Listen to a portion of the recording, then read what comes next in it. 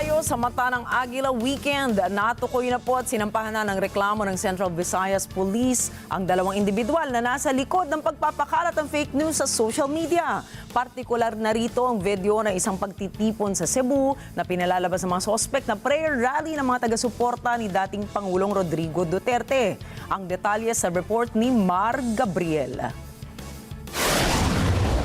Nag-viral sa social media kamakailan ang video na ito ng isang pagtitipon sa Cebu, kasunod ng pag-aresto kay dating Pangulong Rodrigo Duterte. Pinalalabas ng nag-post na prayer rally ito ng mga taga-suporta ng dating Pangulo. Pero ang totoo, kuha ito sa isang religious activity sa Cebu City.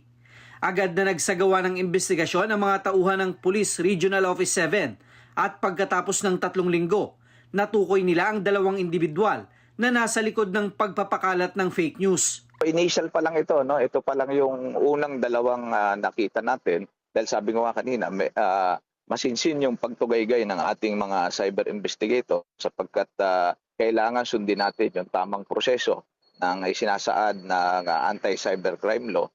Medyo technical yan, kaya nakikipag-coordinate tayo dun sa ating mga telco, yung mga internet provider. Maraming coordination ang ating ginagawa dyan. At saka yung paghabol doon at pagtuntun doon sa digital footprint.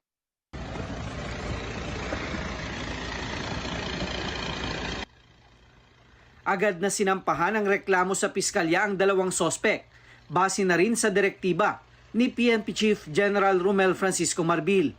Kabilang narito ang unlawful use of means of publication at unlawful utterances, kaugnay sa Republic Act 10175 o ang Cybercrime Prevention Act of 2012. Ayon kay Central Visayas Police Director, Brigadier General Red Maranan, malaki ang abala na idinulot ng pagkalat ng nasabing fake news. Siyempre, pag napanood ng ating mga kababayan, sasabihin sa lugar na yon, napakaraming tao at marami nagpoprotesta.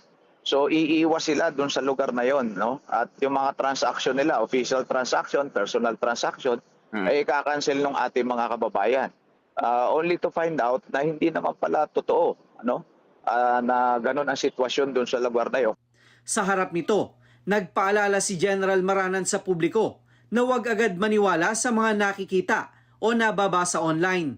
Mahalagaan niya na beripikahin muna ito at kumuha lamang ng impormasyon sa mga mapagkakatiwalaang source. Nagbabala rin ang general sa mga patuloy na nagpapakalat ng fake news na hindi titigil ang otoridad hanggang sa mapanagot sila sa batas. Mar Gabriel, para sa Mata ng Agila.